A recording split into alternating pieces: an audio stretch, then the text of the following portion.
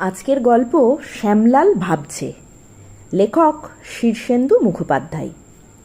লোহাগড়ে এবার যা শীত পড়েছে তা আর কহতব্য নয়। এমন শীত গত 50 বছরে পড়েছে বলে কারো মনে পড়ছে না। সন্ধ্যের পর যেন লোহাগড় একেবারে জবুথবু হয়ে যায়। জম্পেশ এক ভুতুরে কুয়াশায় বেমালুম গায়েব হয়ে যায় গোটা গঞ্জটাই। দোকানপাট বন্ধ, রাস্তায় কুকুর বিড়াল অবধি হাঁটে না। দেহাতি বস্তিতে শুধু খড়কুটো জেলে কয়েকজন আগুন পোহায় আর গা গরম করার জন্য ঢোল বাজিয়ে বেসুরো রামাহ গান গায়। উত্তরে বাতাসটাই যেন ছোড়ার ধার, গায়ে লাগলে মনে হবে গায়ের চামড়া কেটে বেরিয়ে গেল। রাত 10টা নাগাদ শ্যামলাল পথে নামল। শীত গ্রীষ্ম বর্ষা দেখতে গেলে তার চলে না। রাত বিরেতেই তার কাজ। বাবা ঠাকুরদাও এই কাজই ছিল। তবে ছেলেবেলা থেকে বাপদাদার কাছে শিখে এসেছে, পেটের তাগিদে চুরি করো ঠিক আছে, কিন্তু খবরদার জোচ্চুরি যেন করতে যেও না। তা শ্যামলাল কথাটা খুব খেয়াল রাখে। চুরি ছাড়া তার কোনো দ্বিতীয় দুষ্কর্ম নেই। কাউকে ঠকায় না, জাল জালিয়াতি করে না, মিছে কথা কয় না, কারো ওপর হামলা করে কেড়ে কুড়ে নেয় না, ছিনতাই করে না, মারদাঙ্গার মধ্যেও সে নেই। তবে তার সংসারটা বেশ বড়। মোট 22 জন অপগণ্ডকে পুষতে হয় তার। এরা কেউ তার আত্মীয় নয়। এই গঞ্জ আর তার আশপাশ থেকে কানা খোঁড়া অথর্ব বুড়ো বুড়ি খ্যাপাটে লোক এসে জুটেছে। শ্যামলালের 4 পুরুষের বাস গঞ্জের দক্ষিণ পাড়ায়, কালী মন্দিরের পিছনে। দালান কোঠা নয়, নিতান্তই চালা ঘর। তা সেই বাড়িতেই গাদাগাদি করে তার পুষিরা থাকে। শ্যামলাল আগলে না রাখলে এতদিনে এরা ফৌত হয়ে যেত। এই যে চুরি করে এনে শ্যামলাল এত লোকের অন্ন বস্ত্র জোগাচ্ছে, এতে তার পুণ্যি হয় কিনা কে জানে, তবে সে বেশ ঝামেলাতেই থাকে। অপগণ্ডরা লোক সুবিধের নয়। এর ওর ট্যাগ থেকে চুরি করছে, এর ওর নামে চুগলি করছে, নিজেদের মধ্যে ঝগড়াঝাটি লেগেই আছে। কেউ কাজকর্ম করতে চায় না, তার উপর নানা বায়নাক্কা। কেউ এসে ধরে, ও শ্যামলাল, বলি ফুলকপি আর কড়াইশুঁটি দিয়ে একদিন মুগ ডালের খিচুড়ি করলে হয় না? কেউ হয়তো নালিশ করে, ওহে বাপু শ্যামলাল, গায়ে তেল না মাখলে যে বড্ড খড়ি উঠছে গায়ে। কেউ নলেন গুড়ের পায়েসের জন্য ঘ্যান ঘ্যান করে। কেউ বলে, এই তুষের মধ্যে সে দিয়ে ঘুমের মধ্যে সুখ নেই হে শ্যামলাল, একটা ভালো কম্বলের ব্যবস্থা হয় না? শ্যামলাল জানে লোকে বসতে পেলেই শুতে চাই, কাজেই বিশেষ আমল দেয় না। কিন্তু মুশকিল হলো শ্যামলাল বড্ড হিমশিম খাচ্ছে। চুরি করেও তেমন পোষাচ্ছে না। লোহাগড়ও কিছু বড় লোকের জায়গা নয়। অধিকাংশই ছাপোষা গরিব মানুষ। তাদের ঘরে হানা দিয়ে সোনা দানা আজকাল মেলেই না। যা মেলে তার নগেন মহাজনের দোকানে বেচে সামান্যই টাকা পয়সা আসে। 22টা লোকের অন্তত খিদে মেটানো তাতে সম্ভব নয়। তার পুষিরা রীতিমতো রাগারাগিই করছে আজকাল। শ্যামলালের মনে হচ্ছিল আজ রাতে লোহাগড় যেন আর চেনা লোহাগড় নেই। এমন জমাট কুয়াশা আর সঙ্গে এমন পাথুরে ঠান্ডা যে হাড়ের জোরগুলো পর্যন্ত জমাট বেঁধে শক্ত হয়ে যাচ্ছে। শীতল বাতাসে চোখে জল জমে ঝাপসা হয়ে যাচ্ছে নজর। আজ কাজকর্মের 12টা বাজলো। এমন রাতে কাজ কারবার চালানোই মুশকিল। রাস্তাঘাটগুলোর হদিশই পাচ্ছে না সে। লোহাগড়ের ভূগোল তার মুখস্থ। অন্ধকারেও দিব্যি গটমট করে চলাফেরা করতে পারে।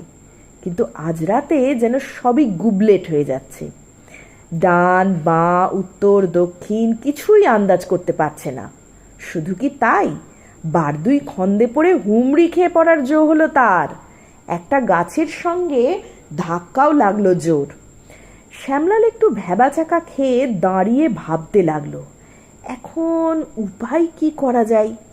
ছোট যন্ত্রপাতি ভরা ব্যাগটায় একটা ছোট টর্চ বাতি আছে বটে, কিন্তু এই জমাট কুয়াশা ভেদ করার সাধ্যই টর্চ বাতির নেই। তবু টর্চটা বের করে জ্বালতে গিয়ে দেখলো ব্যাটারির জোর কমে যাওয়ায় টর্চ বাতির আলো টিম টিম করছে। ঠিক এই সময়ে কাছে পিঠে কোথাও একটা কাশির শব্দ শোনা গেল। বুড়ো মানুষের কাশি শব্দ যেন ডান দিক থেকে আসছে। কপাল ঠুকে ডান দিকেই সন্তর্পণে এগোলো শ্যামলাল। কাশির শব্দ মানেই মানুষ, আর মানুষ মানেই বাড়িঘর। কয়েক কদম এগোনোর পর ফের কাশির শব্দ শুনতে পেল সে, এবার বড্ড কাছে পিঠে। খুব সতর্ক হয়ে আরও কয়েক কদম এগিয়ে সে ঠাহর পেল। সামনেই একটা বারান্দা বা রকের মতো কিছু রয়েছে, আর সেখানে একটা লোক মুড়িসুড়ি দিয়ে বসা। মনে হলো জেগেই আছে যেন। চুরি করতে বেরিয়ে সারা শব্দ করতে নেই, ফস করে দেখাও দিতে নেই। তাই শ্যামলাল দুপা পিছিয়ে একটু আড়াল হওয়ার চেষ্টা করলো। কেশো লোকটা হঠাৎ বেশ মোলায়েম গলাতেই বলে উঠল, শ্যামলাল নাকি হে? শ্যামলাল গঞ্জের সবাইকেই চেনে, কিন্তু গলা শুনেই মানুষটাকে তার চেনা ঠেকল না। তবে গলা খাকারি দিয়ে বলল, আগে আমি বটি। তা বাপু অত দূরে দাঁড়িয়ে কেন? কাছে এসো, দুটো কথা কই। শ্যামলাল মাথা চুলকে বলল, আগে কথা কইবার কি ফুরসত আছে কর্তা? আমাদের খেটে খেতে হয়। বাপরে, বড় কাজের লোক দেখছি। শ্যামলাল একটা দীর্ঘশ্বাস ফেলে বলে, আগে কাজের লোক আর হতে পারলুম কই, তবে টিকে থাকার চেষ্টা তো করতেই হয়। ডোবার আগে লোকে তো হাত পা ছোড়ে, ঠিক কেনা বলুন? অতি ঠিক কথা, তবে কি না ঠিক মতো হাত পা ছুটতে জানলে ডুবে মরার ভয় থাকে না। আনাড়ির মতো হাত পা ছোড়াটা কাজের নয় হে। সে কথা সত্যি, তবে কি না আমাদের তেমন শিক্ষা দীক্ষা নেই কি না, লেখাপড়া জানা নেই, হাতের কাজ শেখা হয়নি, চাষবাস হলো না, করি কি বলুন? কেন, তুমি তো বাপু বংশের বিদ্যে দিব্যি শিখেছ।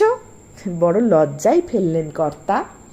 বাপ পিতেমও যা শিখিয়ে গিয়েছেন সেটি ভাঙিয়েই খাচ্ছি। চুরি করা মহাপাপ তাও জানি, কিন্তু গরিবের কি আর পাপ পুণ্যি বলে কিছু আছে?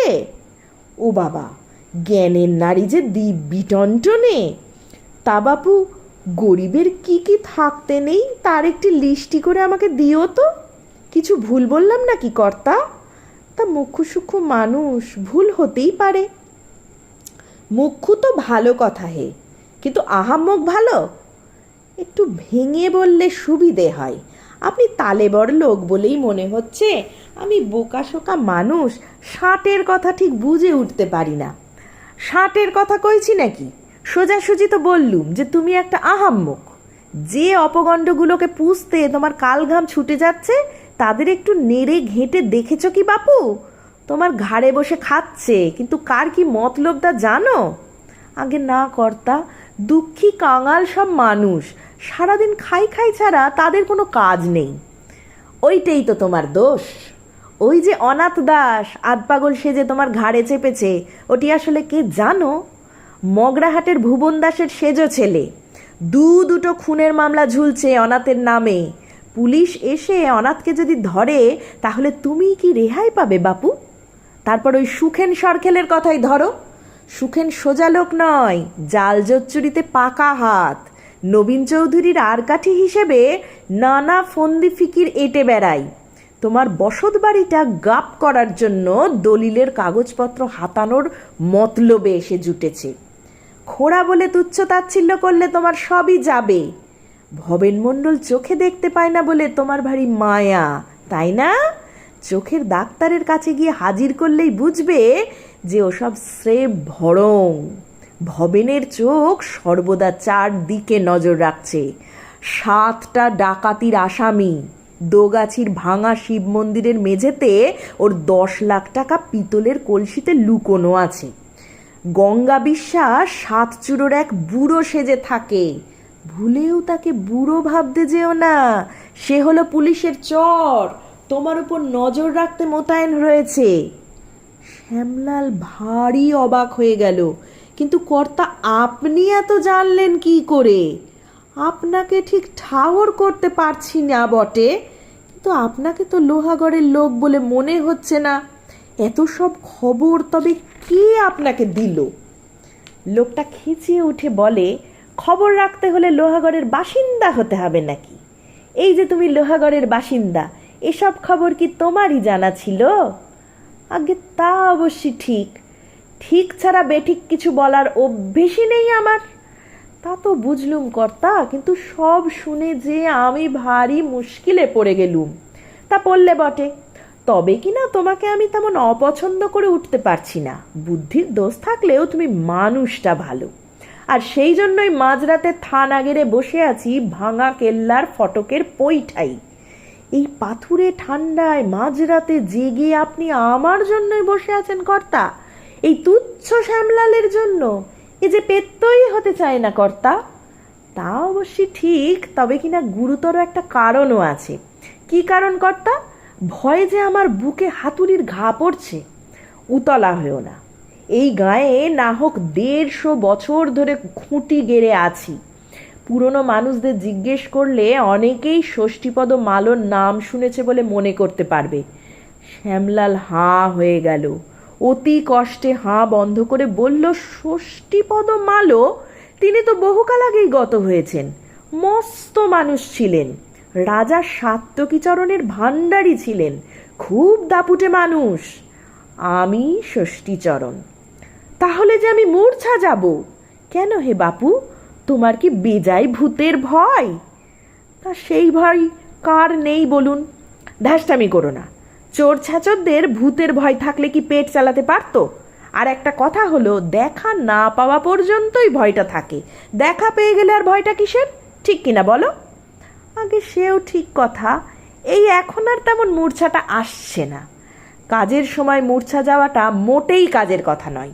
যে আজ্ঞে, যা বলছিলাম, আমি ষষ্ঠী মালো, রাজা সাত্যকীচরণের ভাণ্ডারী এবং হবিবপুরের জমিদারও বটি। মাথার ঘাম পায়ে ফেলে মেলা কঠিন পরীক্ষা পার হয়ে অনেক কষ্টে অর্থ সঞ্চয় করে বিরাট ধনী হলাম বটে। হাতে ক্ষমতা এলো, কিন্তু বাপু হে বড়লোক হওয়ার হ্যাপাও আছে। অতিরিক্ত আদরে আর প্রশ্রয়ে মানুষ হয়ে আমার 4-4টে ছেলেই বকে গেল। নেশা ভাঙ করে, নানা অত্যাচার করে, রোগে ভোগে 4টেই অকালে চলে গেল। আমার বংশ ধারাটাই রইল না। আমি মরার পর বাড়িঘর বিষয় সম্পত্তি সবই উড়ে পুড়ে লুটমার হয়ে গেল। তা গিয়েছে যাক, কিন্তু 150 বছর ধরে বসে বসে আমি শুধু ভাবছি, বেঁচে থাকতে তো ভালো কাজ কিছু করিনি। শুধু প্রজা ঠেঙিয়েছি, রাজকোষ থেকে সোনাদানা হাতিয়েছি, যত পারি লাভ লোকসানের হিসেব করেছি। এখন ভাবি কি করলে একটু ভালো কাজ করা হয়। শ্যামলাল উৎসুক হয়ে জিজ্ঞেস করলো, তা ভেবে কিছু পেলেন কর্তা? ষষ্ঠীপদ শখেদে বললেন, না হে বাপু, 150 বছর দিনরাত ভেবেও কিছু কুল কিনারা করা গেল না। কখনো ভাবি সব গরিবকে বড়লোক করে দিলে হয়, কখনো ভাবি বড়লোকদের গরিব করে দেওয়া দরকার, কখনো মনে হয় দুনিয়া থেকে সব পাপি তাপিদের লোপাট করে দেওয়া দরকার। আমার সন্দেহ হয়, ভগবান যে পাপি তাপি সৃষ্টি করেছেন তারও তো একটা প্রয়োজন থাকতে পারে নাকি? এই দোটানায় আর মনস্থির করা হয়ে উঠল না। আমার মনের কথাটিই কইলেন কর্তা। কোনটা ভালো কোনটা মন্দ এ আমার বড্ড গুলিয়ে যায়। বাপু শ্যামলাল, এই বাঘা শীতে মধ্যরাতে তোমার জন্য খাপ পেতে বসে আছি কেন জানো? আগে কেন? এই যে কেল্লার ফটকের বাইরের পৈঠায় বসে আছি, এই পৈঠার নিচে 7 মণ সোনা পোঁতা রয়েছে, 7টা সোনার কলসিতে। পৈঠা ভেঙে ফেলে তলায় 2 ফুট গভীর গর্ত করলেই হবে। ওরে বাস, বলেন কি? ভেবে দেখলাম, শ্যামলাল লোকটা যখন ভালো, তখন এই সোনাদানা দিয়ে সেই ভালো কাজ করতে পারবে। কি বলো, পারবে না? শ্যামলালের মাথায় যেন আকাশ ভেঙে পড়ল। তাড়াতাড়ি 2 হাতে মাথা চেপে ধরে বলল, দিলেন তো কর্তা মাথাটা ফের গুলিয়ে। এখন আমি কি করি? ভালো মন্দ তো ফের গোলে হরিবোল হয়ে গেল। আহা, তাড়াহুড়োর কিছু নেই, বসে বসে ভাবো, ভাবতে থাকো। ভাবতে ভাবতে ঠিক একদিন ভালো আর মন্দের একটা আন্দাজ মাথায় এসে পড়বে। আমি শুধু জানি সোনাদানা দিয়ে ভালো কাজ করা খুব কঠিন। কঠিন বলে কঠিন, শ্যামলাল সেই থেকে 6 মাস ধরে ভাবছে। ভেবে ভেবে এখনো কোনো ফয়সালায় পৌঁছতে পারেনি। তবে সে ভুলক্রমেও ওই গড়ের ফটকের পৈঠার কাছে যায় না। 7 মণ সোনা বড় সর্বনেশে জিনিস। ভালো মন্দের হেস্ত নেস্ত না হলে ওই সোনায় হাত দিয়ে মরবে নাকি? তবে হ্যাঁ, শ্যামলাল ভাবছে। ধন্যবাদ।